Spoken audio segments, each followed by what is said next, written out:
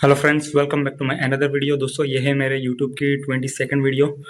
ओके, और मैंने इस बार थोड़ा R&D किया है। मैं शार्क लेकर आया हूँ, पिंक शार्क। ओके, तो लेट्स सी, देखते हैं वो कैसी दिखती है और कैसे रहती है कुई के साथ। और ये कुई भी लाया हूँ, ये इंडियन कुई है, कोई यूनिक या जैपनीज कुई नहीं, सिंपल सी है। ओके, तो लेट्स सी, देखते हैं। दोस्तों, ये थोड़ा सा टेम्परेचर बनाना पड़ेगा। ओके, नॉर्मल टेम्परेचर, तो इसलिए मैंने रखा है क्योंकि इस बार काफ़ी फिश मर गई मेरी, क्योंकि ये बारिश और गर्मी दोनों एक साथ आती जाती रहती है। सो लेट्स सी, ये थोड़ा टेम्परेचर बनाना पड़ेगा आधे घंटे के लिए या 15-20 मिनट के लिए।